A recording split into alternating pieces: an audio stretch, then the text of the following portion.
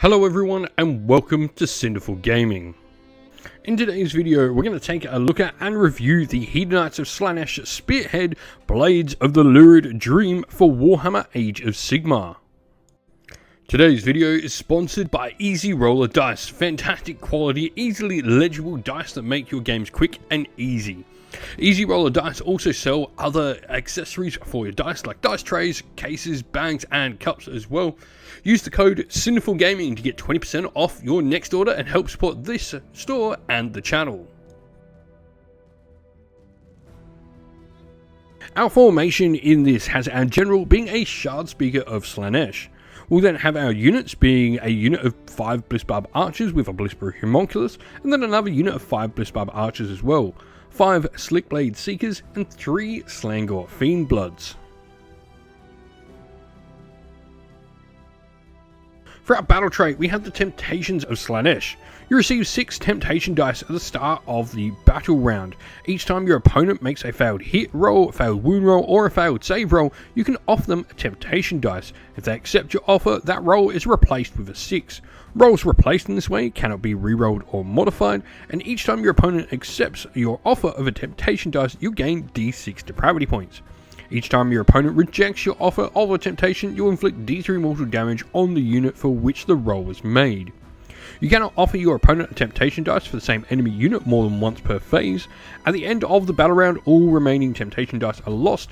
All friendly units gain passive abilities from the table below based on the number of depravity points you have, and these abilities are cumulative, meaning you get each one depending on how. So if you've got the first one, you get the second one, you still have the first one, etc.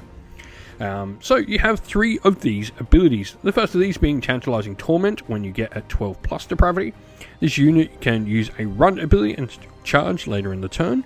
24 plus will give you Sadistic Spite, which this unit's melee weapons have crit mortal, or 36 plus will give you Oblivious Indulgence and the unit has a ward of 5 plus.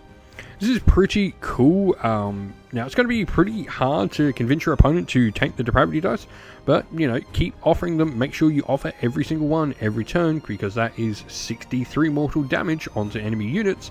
So every time, just straight away, as soon as you see a fail there, offer one up for a fail on that unit. So this way you're continuing to either deal the damage or your opponent is going to give you depravity. So either way.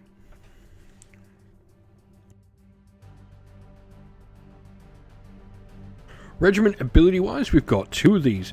Now, the first one is once per battle during any combat phase, you can pick a friendly unit to use the ability, and that unit will gain strike first.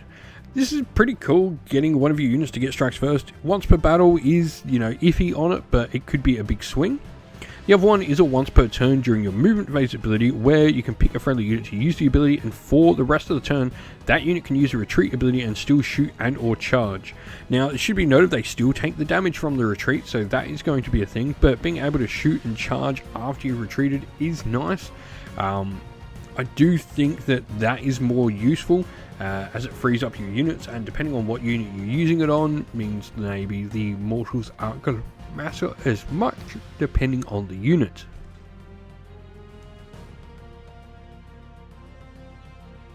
Enhancement wise, we have 4 of them, like always, to give to our general, which is a wizard. Not that great of a combat one to be noted, so just keeping that in mind. The first of these is Scepter of Domination, and this can be used during any combat phase.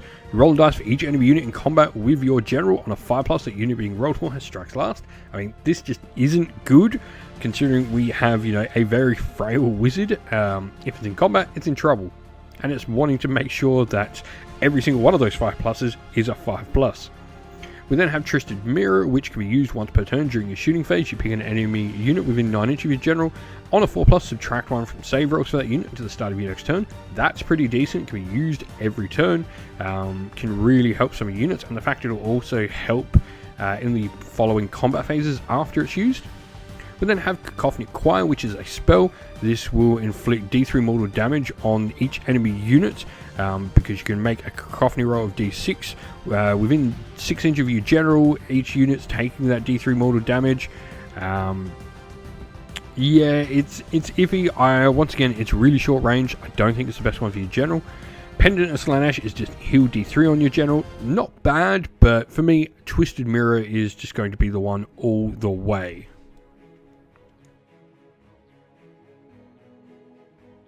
We then go with our first character, and this is the Shard Speaker of Slaanesh, our general. 5 health, 6-inch move, 5+ save, and control score at 2. Like I said, this is a frail hero.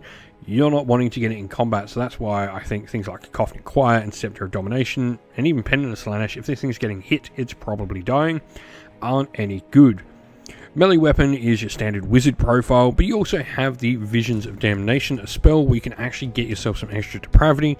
It is only 1 extra depravity, but this could be the thing that ticks you over. It's not a bad spell to have access to. Other than that, the model is not really bringing much. Twisted Mirror is what it's going to be there and helping to do. Next up, we have the Slickblade Seekers. 4 health each, 12-inch move, 5+ save, and control score of 1. Now, the 4 health here is where I say, you know, with the retreat ability and we're still taking the damage from Locus of Diversion is maybe not too bad a thing, because this unit will be able to retreat out, and, you know, if all of them are full health, they're not losing a model. They do have the ability to reroll charges as well, which is nice, meaning you can retreat them out, make a nice big retreat, 12-inch move, and then make a decent charge off that still. Slickblade Glaives in combat are +1 damage on the charge, and they've got quite a few attacks when you combine the 3 from that with the 3 from the Exalted Steed's Poison Tongue. They are wounding everything on 4s, but they hit on 3s with everything, damage 1, and the Slickblade Glaive even has a point of rend on there, so they can do quite a bit of damage. We then have the Slaangor Fiendbloods, and these guys have 3 health each, 6-inch move, 5+ save, control score of 1, and they pack out an awful amount of hits. Now, 2 of these Fiendbloods will be armed with razor sharp claws, and 1 of them will have the razor sharp claw and gilded weapon. These put out quite a few attacks. The gilded weapon just adds an extra attack to the profile. They're all rend 1, damage 2, 4 or 5 attacks depending on which profile you've got. They'll really put in some work. Now, Slaughter at any cost is something you can use during enemy shooting phase, and this unit can use this ability if any damage points were allocated to them in the turn. They actually make a move if they're shot at, which is pretty cool. Really setting them up nicely for like off-turn charging. Really solid unit, and they'll punch hard as well. Like, shooting these guys and allowing them to move close and then make a counter charge is a really dangerous proposition for your opponent to do. And lastly, we have the Blissbarb Archers. 1 health each, 6-inch move, a 6+ save, and control score of 1. They've got their Blissbarb bows. Now, all of the Blissbarb Archers are armed with these, and then everyone has a Cerebrite knife as well. The Blissbarb Homunculus doesn't have a bow, but still does have the Cerebrite knife. 2 attacks each at range, hitting on 3s, wounding on 4s with rend 1, damage 1. They're not too shabby. The big thing here is their light-footed killers, where the unit can shoot even if it's run in the same turn, and they've got reinforcements keyword there as well, so you can keep these archers coming and harassing your opponent. The Blissbarb Homunculus is, you know, just a little extra attack in Spearhead, but having these guys consistently being able to provide, you know, some reinforcements that are a ranged threat is a nice option for your force.